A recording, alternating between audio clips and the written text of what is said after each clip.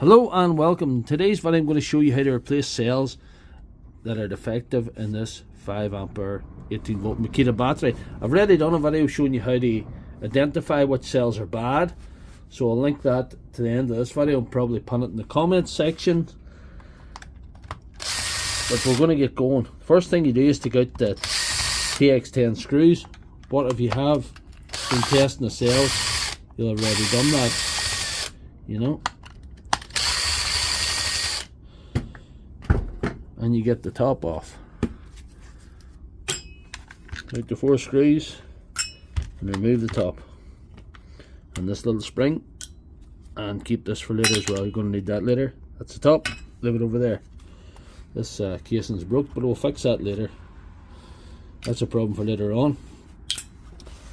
And to replace the cells, you have to get this out of the packaging. It has to completely out of the casing like that.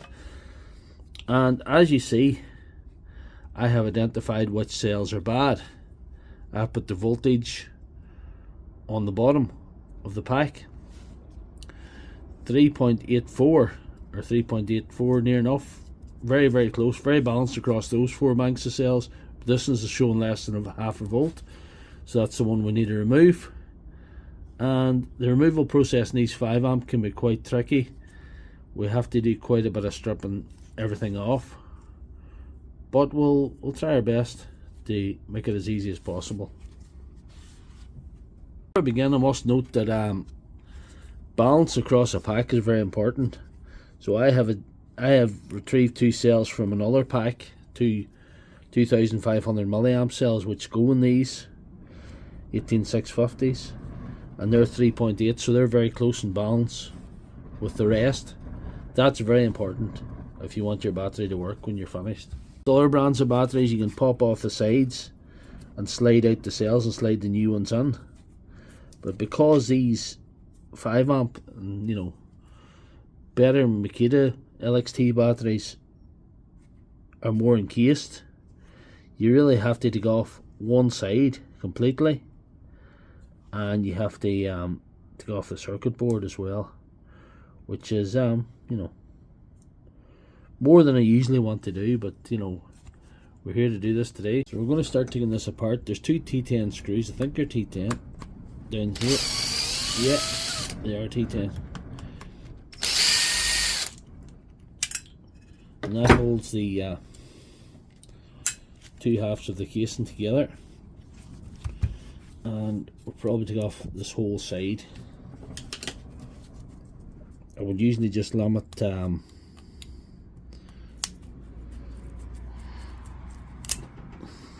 removal just to one bank, but we'll have to go off the whole side.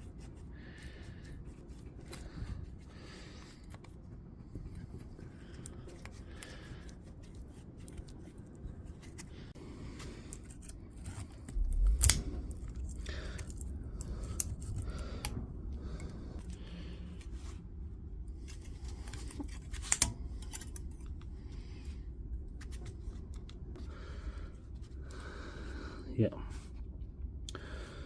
that's one side off, and we need to get these screws out of the board. Get a proper screwdriver.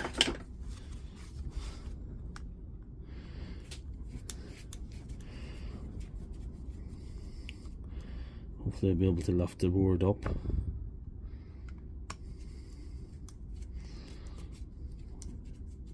It won't cause too much mayhem to it.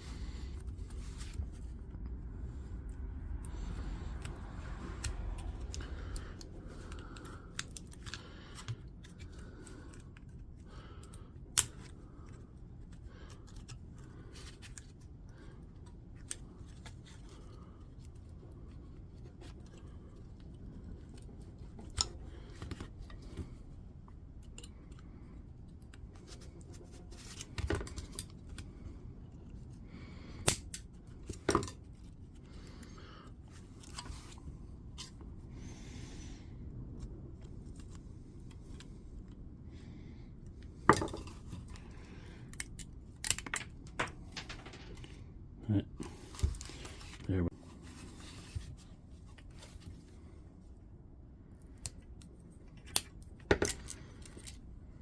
That's the board off now. So hopefully I'll be able to slip the side off. That was easier than I thought, to be quite honest. That was much easier than I thought. That side off, we're going to have to pry off this bank of cells.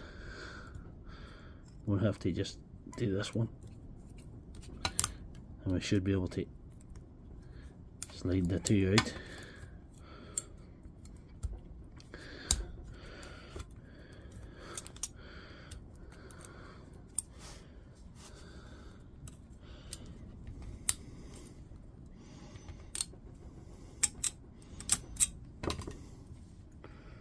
Right. So we should be able to get them two out quite easily. And they're there. And that's the two defective ones removed. And we'll just do a wee voltage check for your own benefit there, so you understand what I'm up to here.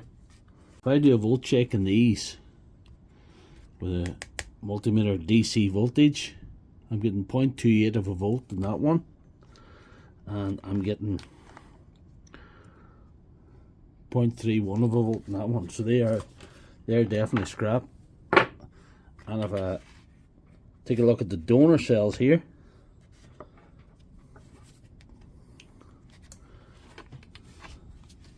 so you can get the meter in shot here, 3.76, which is near enough 3.8, and 3.7. No, so that's near enough 3.8. Let's repair these cells just to go into another pack now.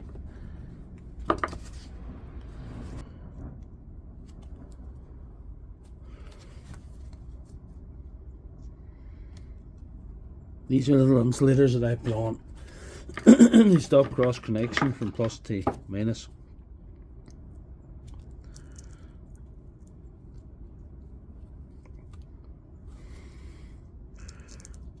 Because to explain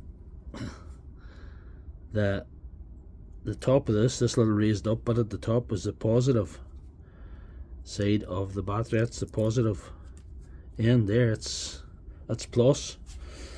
This is minus, but this exposed bit's also minus.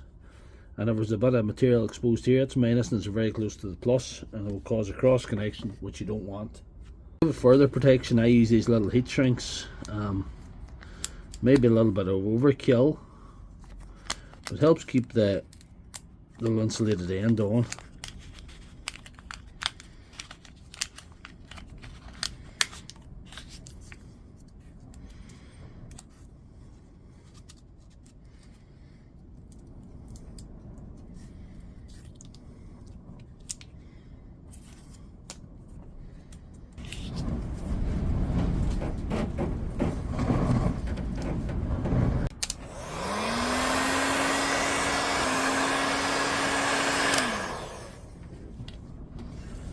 So that's them well sealed now, and there'll be no cross connection or no things that we don't want.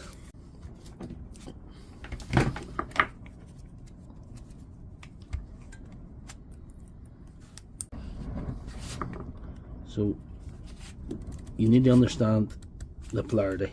Like I say, there's plus and minus, minus, plus, minus, plus, minus, and they're connected from plus to minus this way. So what we're going to do is put these little insulators on here and these ones to do the same thing as I've done on the donor ones that I put on.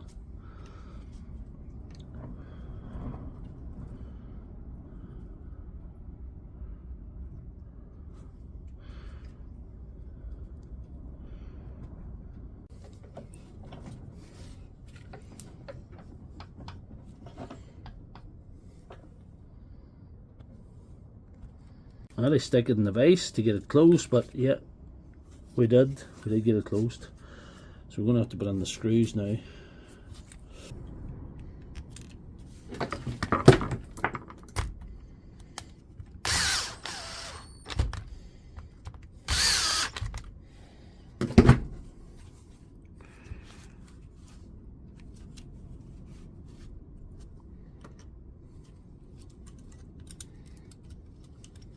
At this stage we can probably refit the board as best we can as well. We can hook up the connections then, do whatever soldering or spot welding we need.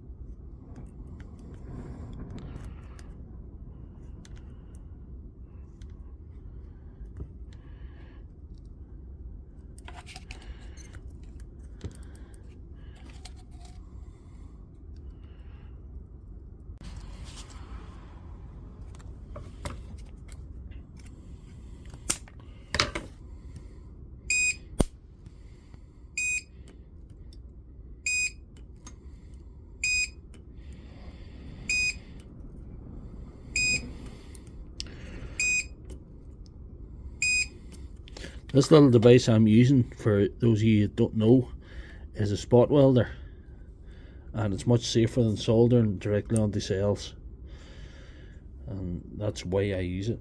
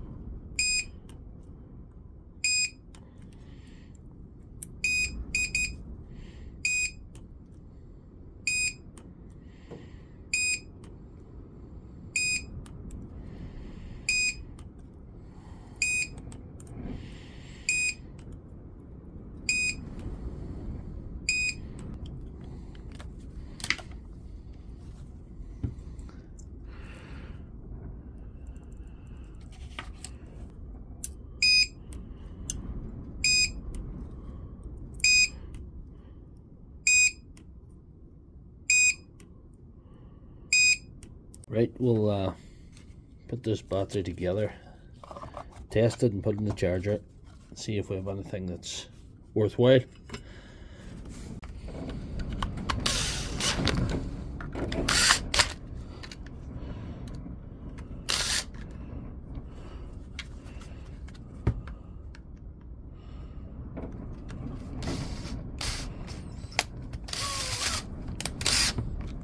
There we are. That's the battery back together. There's a little bit of problem with the casing, but I'll try and fix that later on. I'm going to show you how it did. Showing 3 bars. We'll try it on a charger here. It's charging away there, so we'll leave it some time to see if it takes a full charge, and then we'll come back to it. So here we have a fully charged battery now. 4 bars and showing a very respectable 20 volts. So one more test. Maybe one of the most important. Will it make a drill go? I'm calling that fixed. So if you like this video, please give it a thumbs up and check out my channel for all my other videos.